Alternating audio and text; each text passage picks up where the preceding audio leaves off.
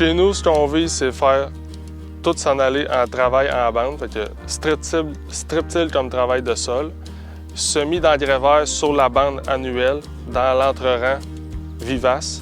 Au printemps, on travaille seulement notre bande, on désherbe notre bande.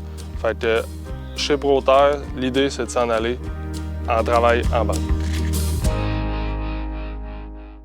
Ça faisait longtemps qu'on essayait de trouver des manières de réduire les travaux de sol. Puis le semi-direct en biologique, c'est pas vraiment une option à cause du contrôle des... faut contrôler nos mauvaises herbes, nos vivaces. C'est pour ça que l'idée du strip-till nous est venue. En travaillant une bande, on vient réduire nos travaux de sol parce qu'on travaille maintenant 33 % de la superficie au lieu de 100 %. Puis, en ayant de la terre meuble, ça nous permet, avec les équipements de désherbage, d'être capable de désherber puis enlever les mauvaises herbes sur cette bande-là. C'est pour ça qu'on a visé le travail en bande qu'on est en train de mettre à plus grande échelle d'année en année. En 2021, on a implanté un blé d'automne en septembre. On a récolté en 2022. On a mis 7 tonnes hectares de fumier. On a passé notre strip-till, puis on a implanté notre engrais vert. Ce qui est spécial avec l'engrais vert qu'on a fait dans ce champ-là, c'est qu'avec notre semoir, on est capable de semer des engrais verts annuels à une place, puis des engrais verts biannuels à une autre place, parce qu'on a 2 têtes de distribution, puis différents compartiments. Sur la bande de strip-till, qu'on a semé notre maïs cette année, on a semé un engrais vert annuel. C'était avoine, pois, févrole, veste commune. Dans l'entre-rang, on a semé du seigle d'automne et de la veste velue. L'idée, c'était que ça passe l'hiver, puis qu'on ait des racines, puis tout le temps quelque chose, une plante qui vit dans le sol. L'idée, c'était d'arriver au printemps, qu'on ait un beau seigle d'automne qui pousse dans l'entre-rang avec une veste velue qui décolle tout de suite quand il fait beau puis que la neige est partie, en attendant qu'on puisse planter notre maïs. Puis le seigle d'automne de la veste velue amène aussi du fertilisant pour le maïs. Puis on allait contrôler le seigle d'automne de la veste velue avec notre équipement, le Roll & Sem. Puis sur la bande, bien, on fait notre désherbage mécanique, mais seulement en bande. Donc un peigne en bande, une houe rotative en bande, puis un sarcleur, nous autres c'est le sarcleur Twin de Heinebuck qu'on désherbe en bande. Quand on est arrivé au printemps, le seigle d'automne et la veste velue étaient pratiquement tout morts. Il y avait peut-être entre 2 et 3 % de survie. C'est juste ici et là, il y avait des petites places qui avaient survécu. On a vu quelque chose de beau, plein de trous de vers de terre. Ça, c'était magnifique. On sortait une motte puis il y était plein de trous de vers de terre.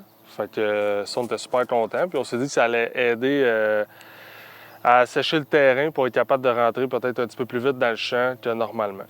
À l'automne 2022, avec le strip-till, on a dégagé notre bande. On a pris tous les engrais verts annuels qui allaient mourir pendant l'hiver, puis on les a pitchés dans l'entre-rang par-dessus le seigle d'automne et la veste velue, puis ça l'a carrément étouffé.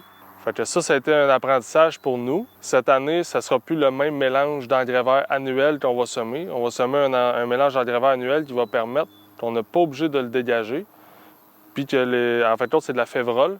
Elle reste debout, elle ne couche pas, puis on n'aura pas besoin de la dégager à l'automne qui va aller étouffer tout notre entre-rang.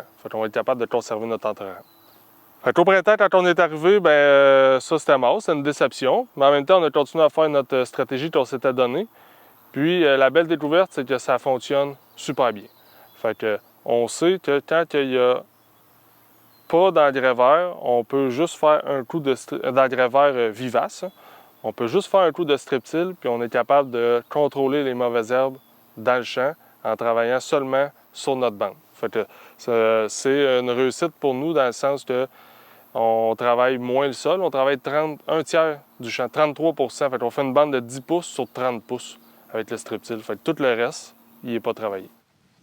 Le travail en bande, ça a été au printemps 2 coups de strip-till sur notre bande. Ensuite, on a donné 2 coups on a planté là-dedans, dans notre bande. On a donné 2 coups de désherbage avec la houe rotative sur notre bande.